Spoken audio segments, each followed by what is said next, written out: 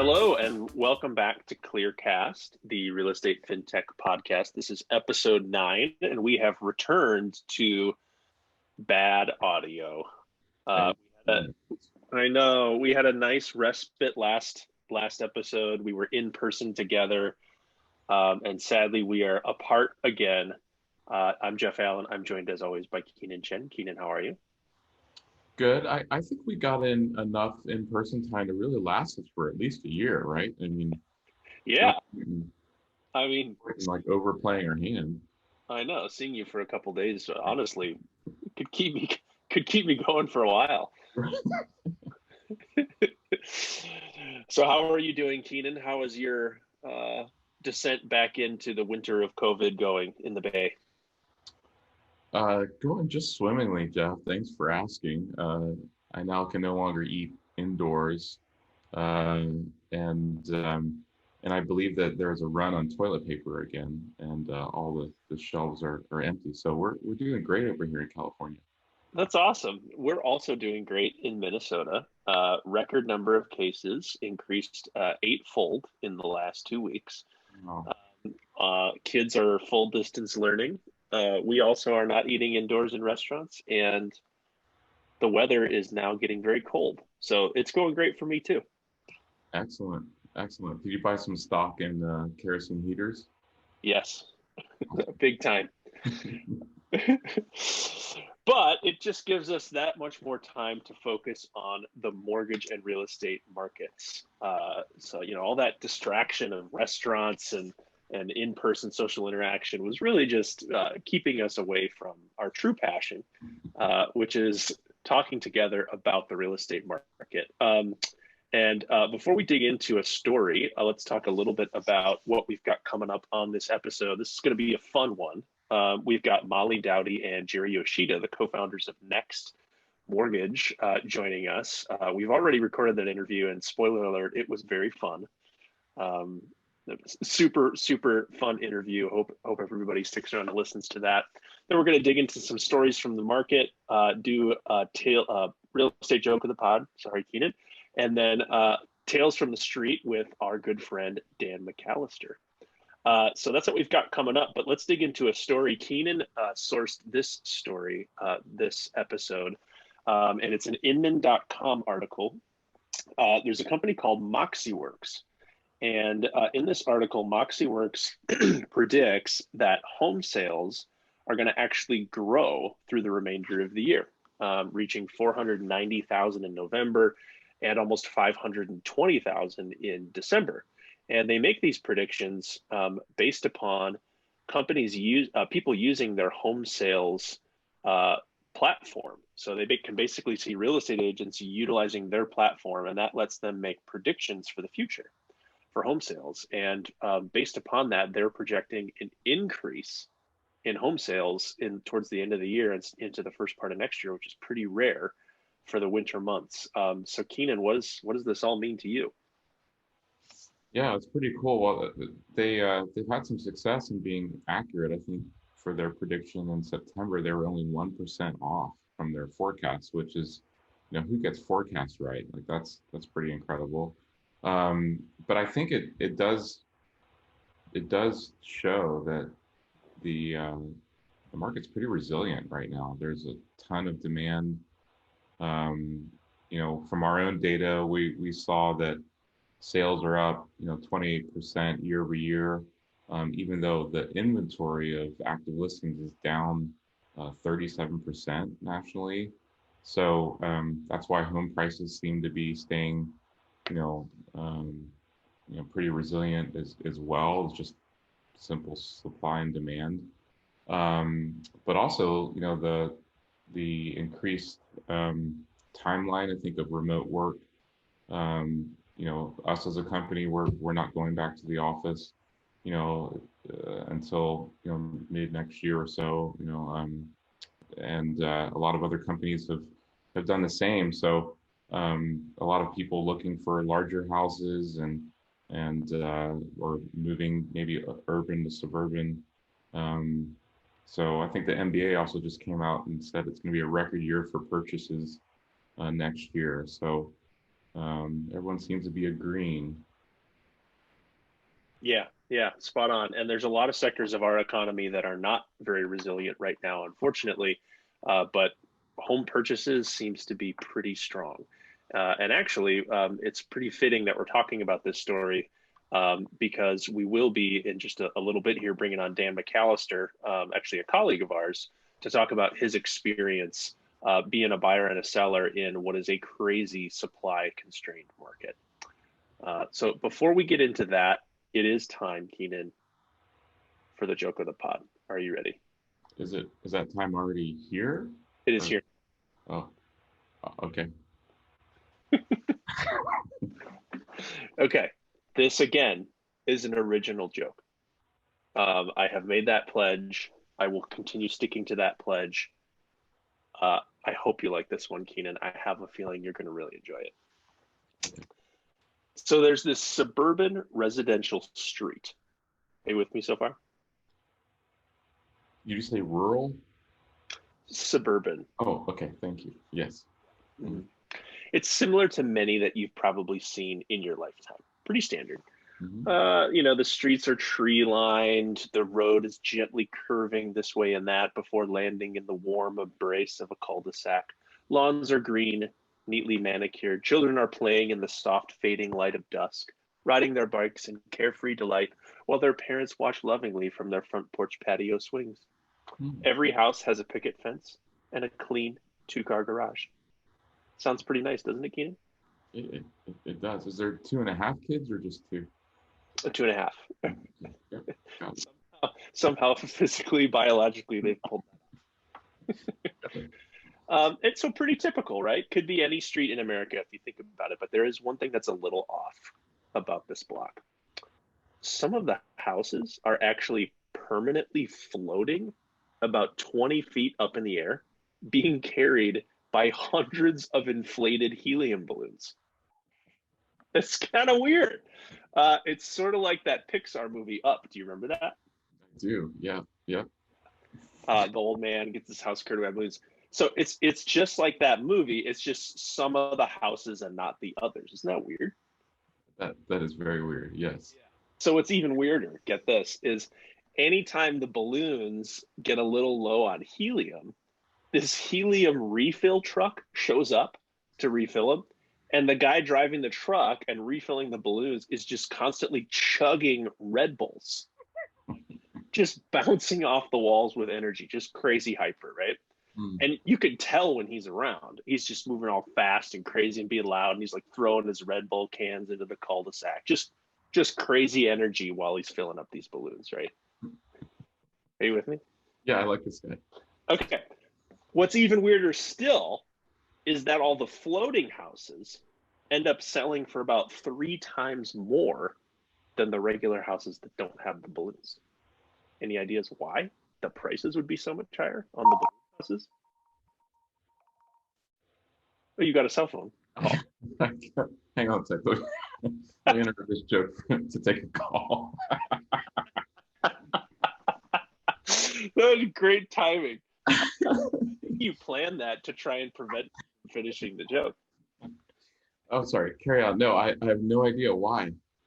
Okay, so just because the audience got confused there, right. Yeah. I'll just reiterate. The floating houses with the balloons filled up by the Red Bull guy selling for 3 times more. You don't know why. So here's the thing. It's really hard to say why. Nobody knows for sure, but a lot of people suspect it's hyperinflation. Yeah.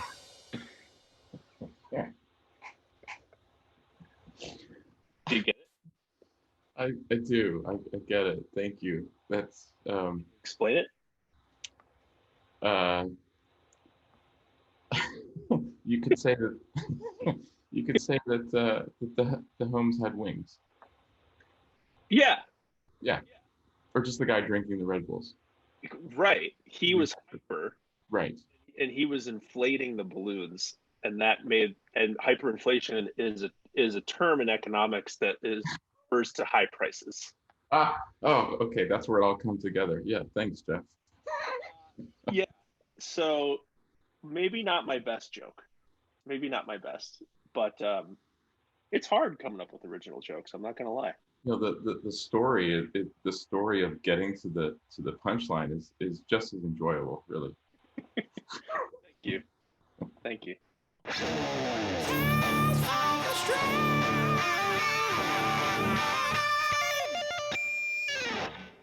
All right. Well, Tales from the Street, and we apologize again for that lead in. Um, but this is one of our favorite segments because this is where we get to talk to regular people about their recent experiences with home purchases and going through the mortgage process. In this case, I wouldn't quite say that our guest is just a regular guy from the street because he's our very own Dan McAlister, director of valuation products here at Clear Capital. But Dan lives in Truckee, California, which is where Clear Capital started. And Truckee, as maybe many of you have read in recent articles about Zoom towns, Truckee is like the quintessential definition of a Zoom town. It's up near Lake Tahoe, within a couple hours drive from the Bay Area, and people are flocking there like crazy to buy houses. And Dan just went through buying a house there in Truckee. So Dan, thanks for joining us. Would love to hear what was it like buying in Truckee. You've lived there for a while, so was it really as crazy as we've been hearing? Hey, yeah, thanks for having me on. And absolutely, it was probably crazier than what you read. Really, we started looking for an upgrade. Got a growing family and started running low on space, and so probably around the winter time, January, February, we started looking, and being in the weeds of the real estate market. I live and breathe valuation every day. My wife also works at Clear Capital. So we've got our finger on the pulse. We've got as many tools as anybody has to kind of understand what's going on in a market. And so we started to get a sense of what we would have to pay for the space that we wanted and what we thought we would get out of our home. And then COVID hit and everything stopped, right? So basically between March and May, the market just froze. And there was maybe a little couple properties sold here and there, but I think everybody, us included, was like, well, gosh, I'm not gonna make a huge financial decision right now. I see what the heck's going to happen. Is the bottom going to fall out, or is it going to be over in 2 months, or what have you? But what was really wild is that right around Memorial Day, California started to loosen up stay-at-home orders, and it went bonkers immediately. You went from really nothing transacting to a reverse auction, a silent auction type of atmosphere. And we didn't, it took us a little while to kind of realize what was going on. We found a home in the price range that we thought was reasonable. We put in an offer with a loan contingency at list price and didn't get it. And we were like, oh man, that's a bummer. And in hindsight, we saw 2 or 3 months later that it sold $100,000 above list price. Wow. And so from there, really what June and July looked like is had my Redfin app, my Zillow app, all my notifications turned on, and on a weekly basis, you'd see a flurry of homes hit the market Thursday, Friday morning. And so, immediately if we saw something, we'd be like, hit up our real estate agent and, get in there on the weekend and look at it. Offers due by Sunday, pending by Monday. And it was just, what's it going to go for? Who knows? You saw some crazy stuff happening in certain neighborhoods, particularly the neighborhoods that were that are popular for Bay Area folks. There's a neighborhood called Tahoe Donner. It's several thousand homes. Typically, it's like 75% second homes. A home there was listed at $515, something like that, and it sold for over $750,000. Jeez. And it was like 1,300 square feet or something like that. And so you saw this mania happening, and it really was. It's Bay Area tech workers and anybody who could work remotely now. Were just like, and you combine low interest rate environment. It was just like a flock. And you saw it in the real estate market. You saw it in waiting lists for schools. You know, all kinds of craziness. Yeah, I read recently there's this economist who kind of looks at this kind of underlining granular data to pull out trends, and based upon just movement of people, there's an estimate that 10% of the population of San Francisco is now not there anymore. From the start, and not all of them went to Truckee, but certainly it sounds like a good portion of them did. Actually, Kenon may be the only one left in San Francisco. Well, tell us, you know, you guys obviously were trying to also sell a house in this environment, and you were, if I remember correctly, you were holding off on even putting the thing on the market until you found something that you thought you wanted to buy. So you were kind of stuck in this like weird limbo. What was that like? Yeah. So we knew, particularly in the price range that our existing home was in, you know, more of an entry level price range, which is still fairly high in Truckee. There's so little inventory that we just knew that everything between $400,000 and $1 million was going over the weekend. Multiple offers above list, right? And so, but we were not very confident in our ability to find a place to buy. We're competing with cash offers in this silent auction environment, and so we kind of realized pretty early on that like we were not going to be able to couple the sale of our house to have enough equity and money to, you know, turn around and buy another house. Basically, we were not going to be able to have a contingency on the sale of our house and actually win a bid. So we had to, you know what, we'll get into a little bit more of how we handled it, but selling the house, it was too easy. I mean, when we did decide, when we finally put it up, we put it up on a Friday. You know, our real estate agent did have like a professional photographer come, did photos, and just pushed it up to the MLS, and that pushed it out to Redfin and Zillow and all those things. And my wife and I were like, you know, refreshing the listing. How many views does it have? Ooh, it's been up, honey, it's been up 30 minutes and it's got 100 views and 30 favorites. You know, this is what we were doing, you know, because like Facebook. we were like, oh man, because we had put a bunch of work into that house, and like a lot of places in Truckee and Tahoe was built in the 70s, and you know, hodgepodge different updates. So it looked good in the pictures, right? And our real estate agent was basically like, you guys just got to leave town for the weekend.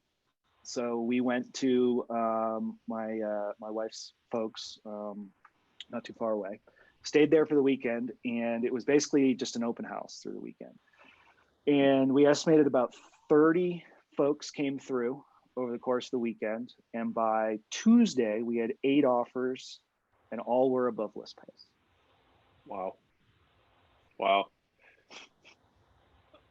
So you didn't have to do any extra marketing.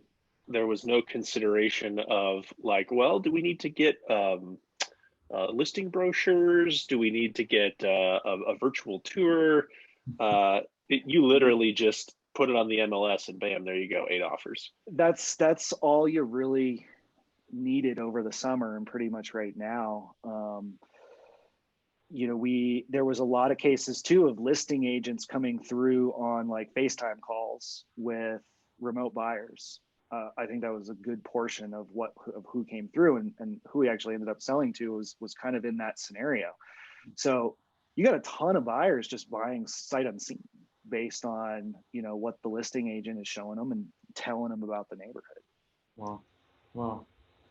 All right. So, so you had to solve the contingency issues. So how did you compete against all these cash offers?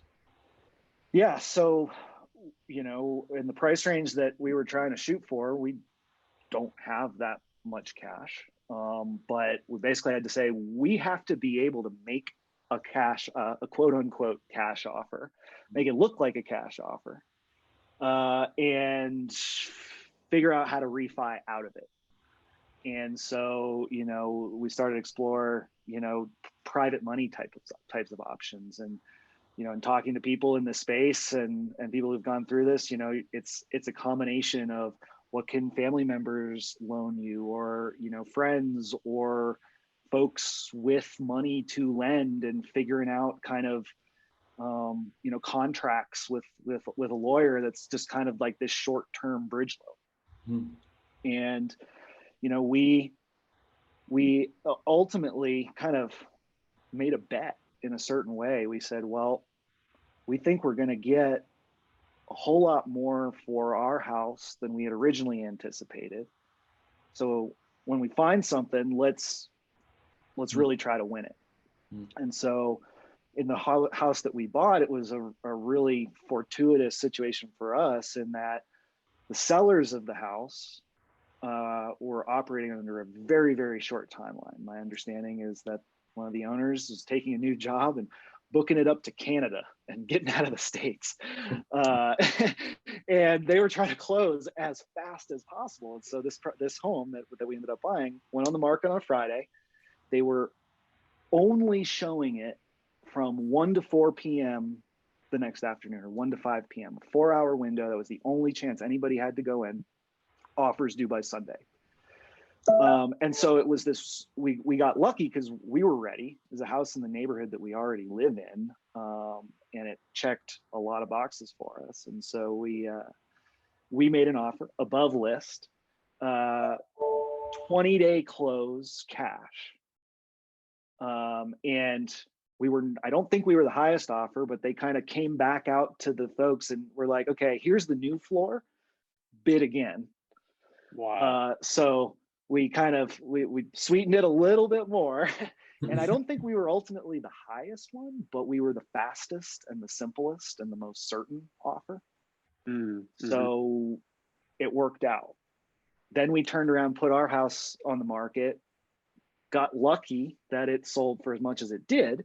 Yeah. And so now I'm in the process of doing a rate and term refi. So, and that'll get me back into a traditional, you know, 30-year conventional mortgage. Right.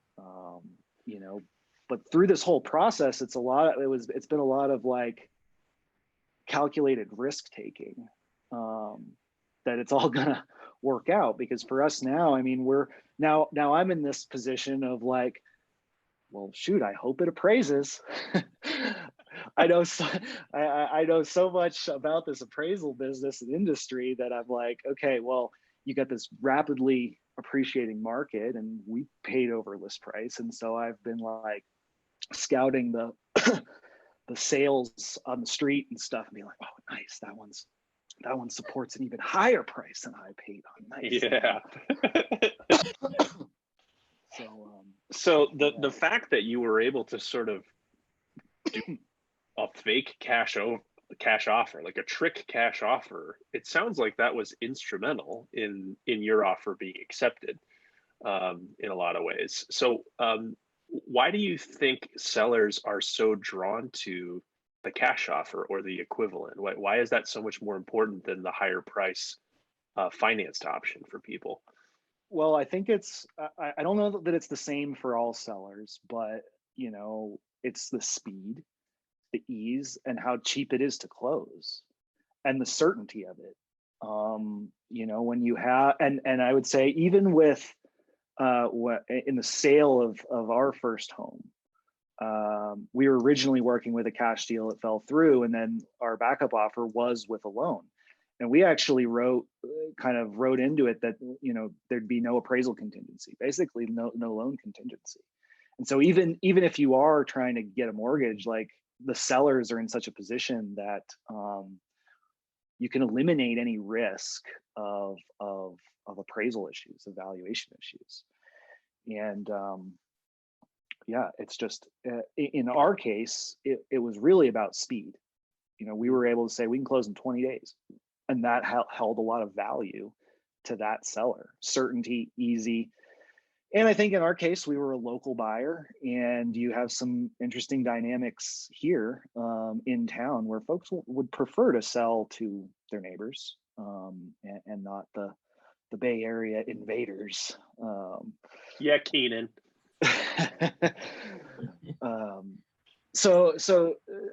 Yeah, it's just, the market is such right now where the seller has so much power that you can eliminate any risk and basically dictate terms. Yeah.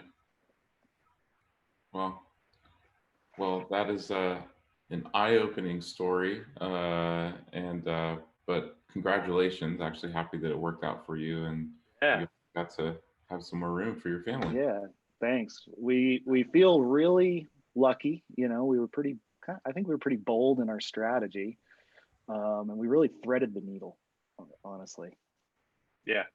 And how fitting is it that the final thing that you are now worried about is an appraisal, which is the appraisal, which is what I've made my living on for the last decade. How ironic. Is that irony? I think so. I don't know. Somebody consult Alanis Morissette. That's where my mind immediately went to. Cool. Well, thanks, Dan. Appreciate you being a guest. It's awesome. Thanks so much. Yeah, it's fun.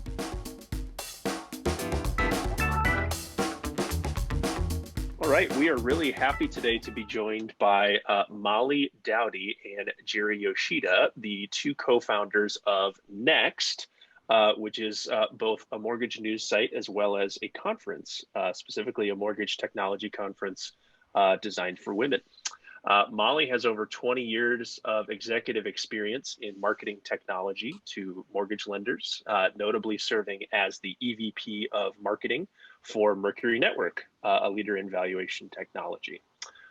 Jeri has over 15 years of mortgage industry experience, so 5 years less than Molly. We won't hold it against you. 5 years less experienced, but I'm sure just as wise. Most of her roles have been in public relations for mortgage lenders and their business-to-business product and service providers. Starting in January 2018, Next mortgage events started, and it broke the mortgage industry's unspoken barriers that limit women's access to competitive intel and networking-based information exchange. So Molly and Jeri, thanks a ton for joining us today. Thank you for having us. It's great to be here. Excellent. And Jeri is joining us from Paris, France, we were informed, which is obviously very glamorous and beautiful. And Molly, you are joining us from the equally glamorous and beautiful Oklahoma City, Oklahoma. Well, yeah, I am joining you from there. I don't know about the equally glamorous and beautiful. So obviously you guys are in two very different places, but you seem to have known each other for quite some time and come together to bring Next to life. Next is specifically, doing both news site and the events. The events are providing a much needed platform for women and women execs in the mortgage industry to network effectively. Can you tell us the story of kind of how that idea came into place and how you collaborated on it? Sure. So Molly, I'll start and then you can tie up. So I think probably Next came about by just us getting tired of what was. So Molly and I, as you know, have been in the industry a bit of time, and we've gone to conferences an awful lot. And I think that, more than anything, we were probably at a conference and it was probably me who was complaining about the things that I didn't like about it. So there's so many non-female friendly aspects of conferences in our industry. So whether it's, if you're at a big conference everything is, I literally clocked myself one time, like, how long is it going to take me to get from the front of my hotel room to the front of the expo door? And it took me 8 minutes booking it in heels. Now, if I was going to get on a treadmill in heels for 8 minutes, like, that's insanity. So just little things like that, like, that's not really taking into account the fact that, like, women wear different shoes than men do. And, it's just that, like, the parties and that sort of thing are all really male driven. They always have sort of a male theme. There's always some over the hill sports guy, signing stuff. And, a lot of times we've been to, both Molly and I have been to these parties where, maybe the entertainment is a little marginal. It's a little sort of like, ugh, that's making me feel a little uncomfortable. So, and what we decided was, I mean, we took notice of that, and probably it was me complaining, going on around, oh my God, and then this, and then that, and I think that we probably just started talking. So, Mal, you want to tell them about sort of what we decided to do about that? Yeah, a lot of the technology decision makers in our industry are women. And when it comes down to, choosing a technology versus, outsourcing it or doing it in-house, a lot of those decisions are being made by women executives now. And we just felt like there wasn't a platform where they could be comfortable and shine and really network easily and openly and authentically. So we started with just small parties. We do a small happy hour in a penthouse somewhere nice. And it went over so well. I mean, we had so much fun, and the women who showed up really formed actual, meaningful, long-term relationships. And that is the name of the game. When you're comfortable, you can network, truly be yourself, be present in the moment, and really interact with other people. That's when real relationships are built. So we started with small parties, and then we're on, I think, our 8th. I'm really bad at math, so Jeri, correct me if I'm wrong, but I think we just finished our 8th event. I believe it was our 8th. Yeah. Wow. Yeah. So, and, they just keep getting bigger and bigger. And online with COVID is, we can talk about that all day if you want, but becoming more important than ever to connect with other humans in our industry. And so being able to provide it online where people can watch it from their couch, watch it from their desk, leave it on, while they're working and just listen, or however it is that they want to see it, it really opens it up to a lot more people. So we've seen a huge amount of growth in the past. Yeah. Guys, I just want to reinforce something that Molly said when she was saying that these women came together and we wanted to create a space for them where there was an absence of all the things I was complaining about. It's not just about my feet hurt in these shoes. It's not just about that. It's about being able to walk into a place and not have to worry about anything, not be distracted, where all you need to do is talk about, be your best self, your best professional self, and not have to worry that, like, is somebody going to say something that makes me feel uncomfortable? Am I exhausted? Are my feet bleeding, having gotten here? So, it's, and that was a big thing, because what we wanted to do is, there's so much information that gets exchanged when people gather. And so we wanted to be able to avail those opportunities to these amazing women who have essentially been the backbone of this industry for decades. So, the prototype really of our typical executive is somebody who's been in the industry for decades, who probably didn't have her sights set on the C-suite, but just sort of ended up there because she was just so darn smart and, forward thinking and visionary and just brilliant, that she just kept moving forward and wasn't afraid to take chances. And, these are women who quietly got into the C-suite or quietly got those EVP positions and VP positions, and weren't necessarily making a lot of noise saying, look how great I am. So, we really want to be able to foster an environment where that personality type is going to be able to get the information that she needs. That's awesome. One of my favorite quotes is, diversity is not charity, it eliminates blind spots. And I love that what you're saying, Jeri, is that there's these blind spots, I think that a lot of maybe event organizers or, kind of the typical mortgage industry event have had, because the people planning it aren't thinking about all of the different perspectives and all the different experiences that would allow people to thrive. And it sounds like that you two have been able to tap into that and allow people to just thrive, and it's so true that networking is where it's at, right? For events. And there's so many deals and opportunities that are discussed in kind of these ad hoc conversations that if you're not a part of those, you're missing out, right, on what could open up opportunities for you and your career or your company. So that's awesome. So it sounds like, though, with creating that sort of platform, right, where you're giving women this opportunity to interact in a whole different way, that would open up all kinds of things beyond maybe even events, and are you thinking kind of at what's next in terms of next? What's next? Uh-huh. Yes. Yeah, we are. I mean, a lot of it too is just it's not even just about being able to interact with each other and to meet each other and to exchange information. That's a big part of it. But we also want to be able to have a platform for these women. I mean, Molly, you want to talk? I mean, we have so much fun meeting these women and finding out about them. And, you want to tell them a little bit about sort of like the diversity that we have, I mean, within our speakers and stuff like that, and the platform that we're able to get them? Yeah, one of the things about conferences in the olden days was the speakers are all the same usual suspects, right? And they're all old white guys. I mean, let's be real. All the same guys. And so they might all be the same guy, they could all be the same guy. There might be just like four of them, because I don't know that we've ever seen more than four of them on stage at the same time. They might be the same guy.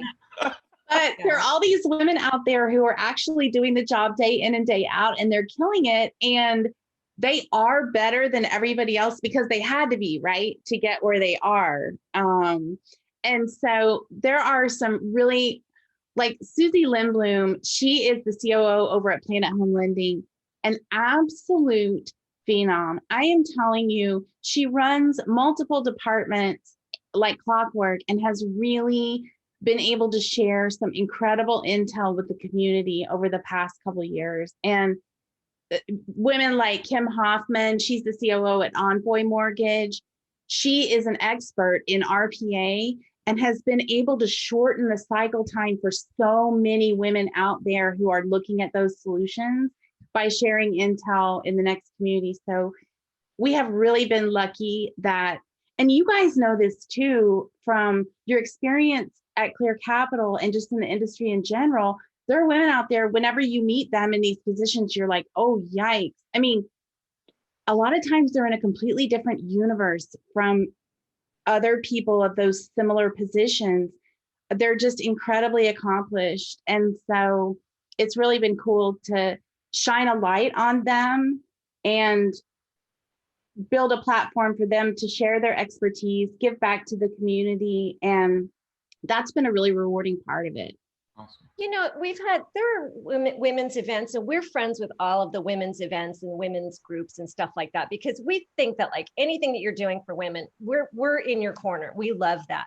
But when we got into this space, again, like Molly was saying, that like it's like these old middle-aged white guys in bad suits, right? I mean, but aside from that, if you did see groups of women, it would be the same usual suspects. And those women are fantastic and they've done great jobs, but there are so many more than that. So, there are women in this industry who are not Caucasian, who are in executive positions, who are doing amazing things. There are women in this industry who are not straight, who are doing amazing things, who aren't these like sort of prototypical, I balance a career and a family, which is amazing to do. Like there are some women who are just, and it's been so cool to be able to be able to find these women and learn what they're doing. And it's funny because we don't really look at it as like we have a diversity guideline. You know, it's just sort of like we meet these incredible women and there's no reason for us not to choose them. We're not thinking you have to fit into this box. It's like, wow, okay, well, you're this way and you're that way and you're both amazing and we'd like you to speak and we'd like you to speak, because it's so much about accomplishments and knowledge and expertise and willingness to share that information. So it's, you know, we would really, in our ideal world, we would love to have an industry that is showing, you know, represent what's represented. I mean, that's properly representing what exists in our industry. So that's in an ideal world, that's what we're going for. So yeah, fingers crossed we'll get there. Oh, but anyway, so you were asking about new ideas. Yeah, like, so we've got a bunch of stuff up our sleeve. Yeah, like, you know, we have a news site and, you know, Molly, you want to tell them about the other stuff we're doing? Yeah, we're only 2 weeks in. We have just launched Mortgage Tech Bits, and it's a really focused, we have daily Up Next, which goes out to everybody, and it's industry news and mortgage industry specific, of course. But on Tuesdays, we've launched the Tech Bits, and it's just a specialized, and you guys may be really interested in that. It's just a specialized roundup of industry news. So it's a good segment that's underserved, I think, for sure in our industry right now. And we're sending that out weekly, and we've gotten really good response to it. So people seem to be. We've got profiles and Up Next, like we profile these, you know, these executives, these female executives in our industry, and our profiles. I mean, I don't mean to brag, but we've got a veteran writer in our industry who is in our industry for like 40 years, who has won like awards for writing, and she's an amazing writer. Her quality of her writing is like Vanity Fair. It's not like, you know, she's not just throwing out questions and having the people answer. Not that there's anything wrong with that, you know. I mean, we've all done it.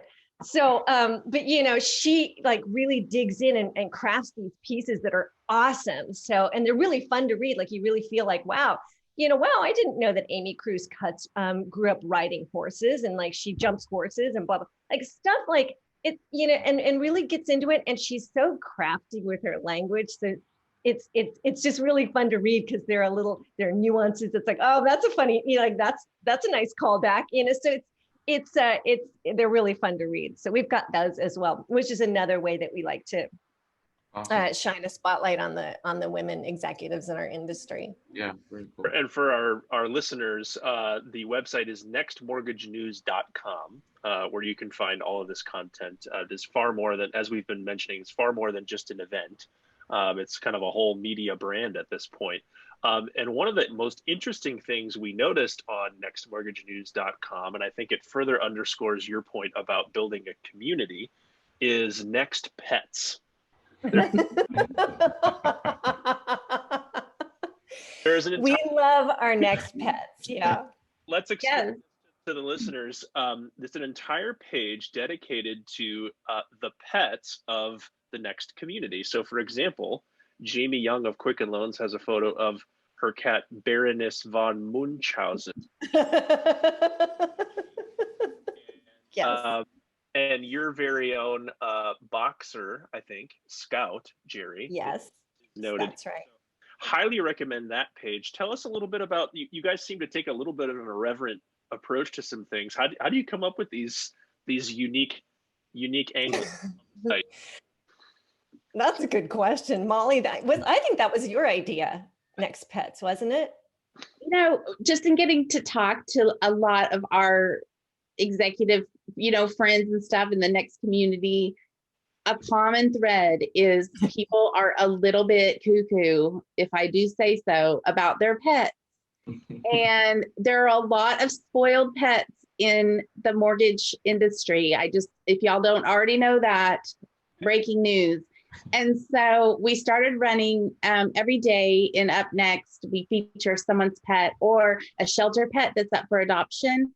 And then on that page that you're talking about on our website, we put all of the Next community's pets, and it's fun. They love being a star for the day. They forward it to their friends and family. Well, you know what's so funny is it's such a great way to get to know these people. I mean, Molly, why don't you explain what, like, if you were a vendor, like. Well, it's not just a picture of the pet. Like whenever they send us the pet, they send us bio information on the pet. And then Jeri writes up an adorable profile on the pet. So if this person is your pet, all of a sudden, you know, their pet's favorite toys, their pet's favorite, food. It's a powerful source of information, really. And in all reality, it's a great way to connect with somebody.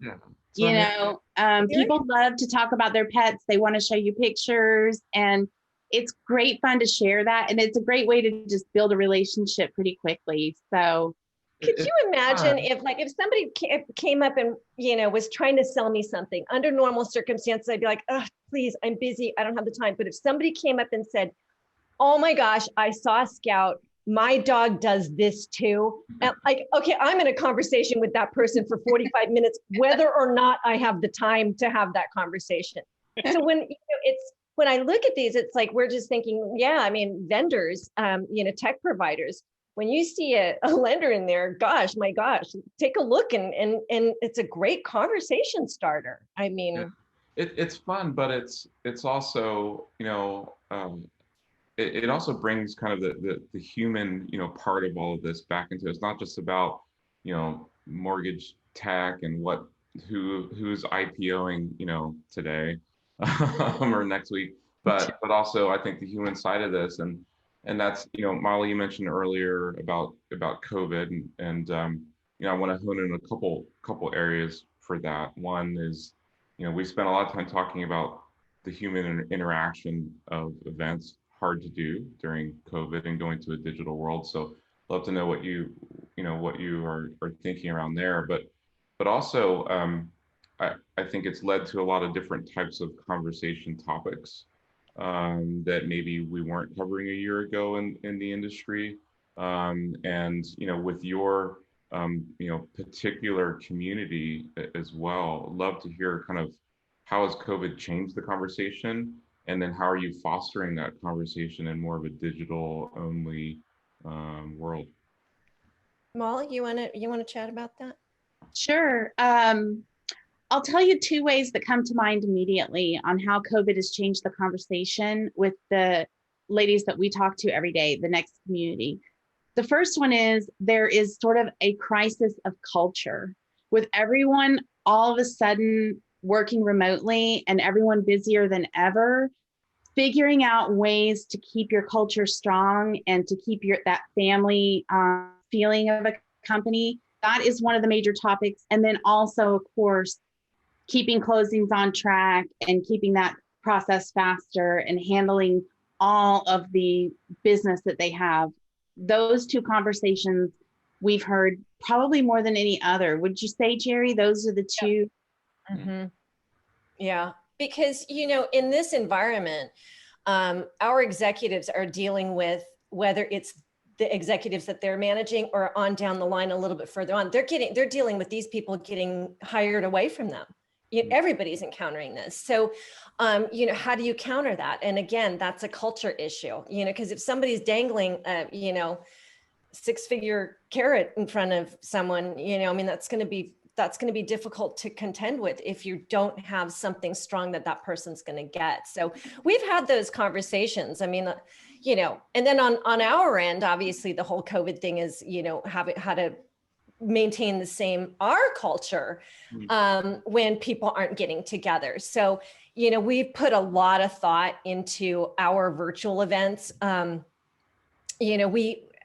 people who have attended a Next event realize that just getting it done would be a failure for Molly and me. Like, that's just like, we want it to be amazing. Anything less than amazing, we're feeling like, oh my gosh, we have to redo that. So, that's always our goal. We're really lucky because we know a lot of the community, whether it's we just see them or whether we've had conversations with them or whether we talk to them all the time.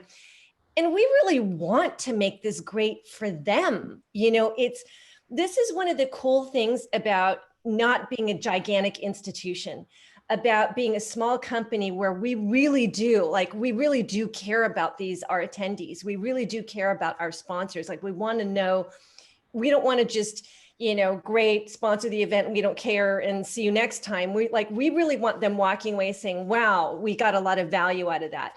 We really want to be able to create an environment where our lender executives can come together and meet each other, even if it's virtually. Like, we're always thinking, what can we do that's going to keep them connected?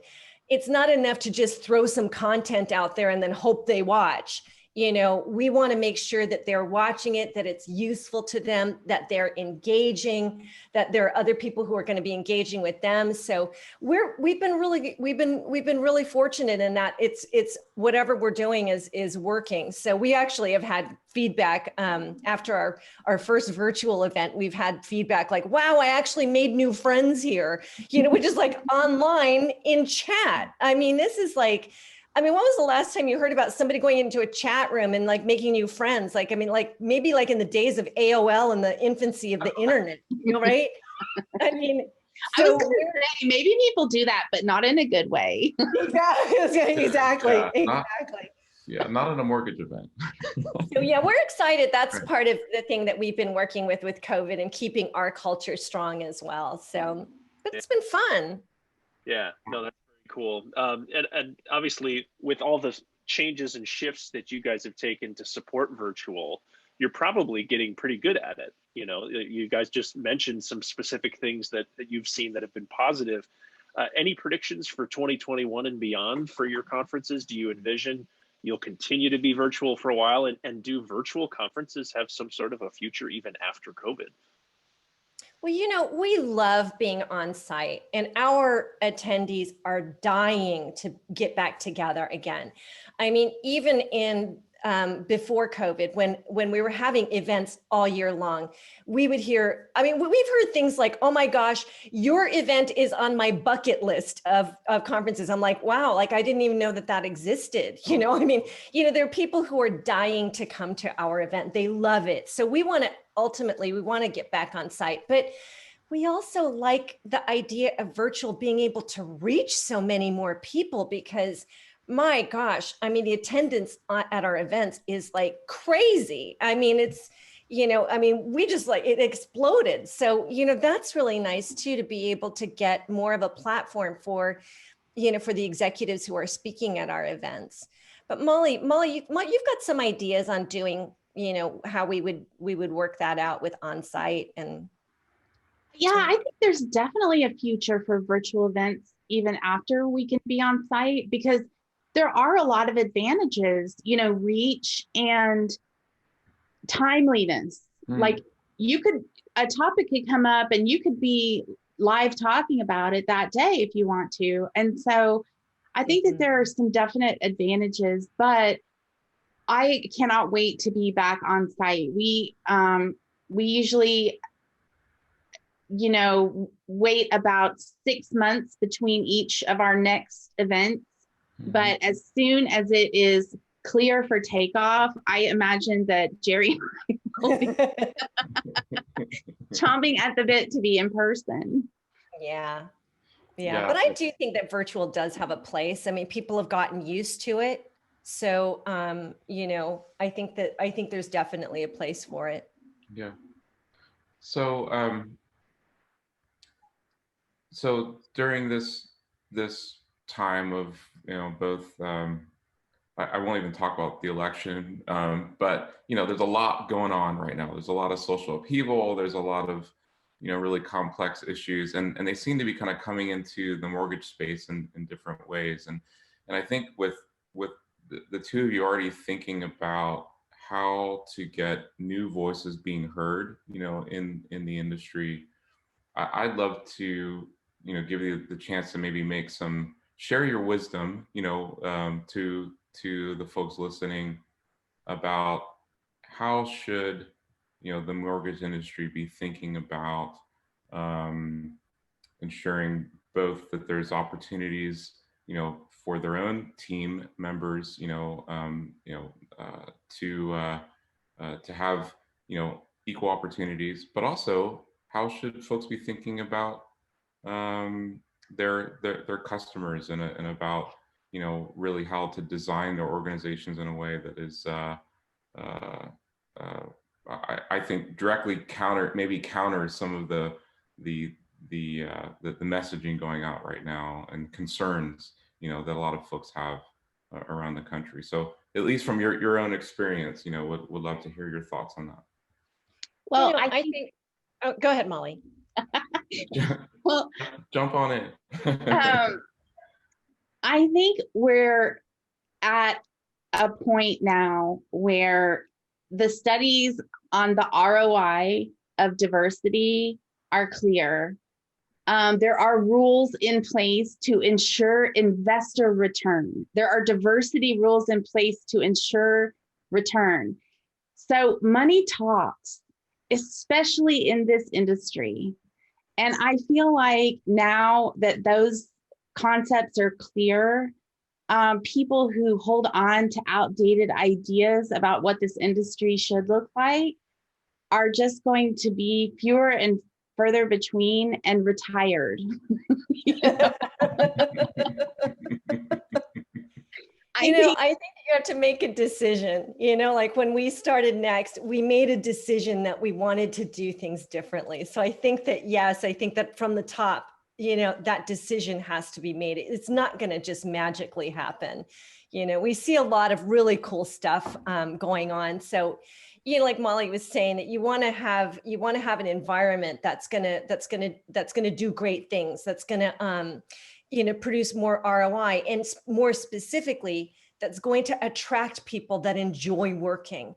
That gives opportunity to, where you feel like, wow, okay, this is a really cool place to work, or maybe that supports the causes that make you feel good about working there. But, we were talking with a couple, with one of our lender executives, and one of the things that she's doing is she's part of a group that, like, they're fostering. She's saying that they want to start fostering knowledge of the mortgage industry among, like, high schoolers and stuff like that. Like, like let's start getting people excited about being in this industry. Now, with those kids, you got to have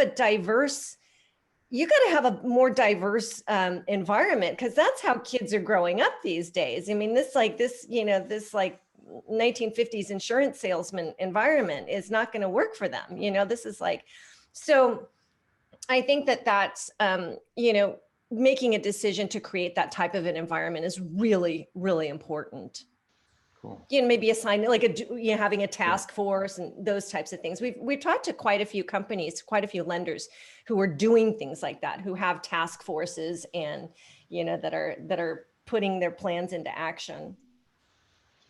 Well, Molly and Jeri, it's been so fun talking to you. We love your approach. We love the community that you've been building. And yes, we are two men, and I am an aging white man. I can still have great respect and excitement for what you guys are doing. If anything, it only furthers my support for what you guys are doing. So thank you so much for joining us, and come back again. Thank you for having us. Yeah, thanks a lot. Appreciate it.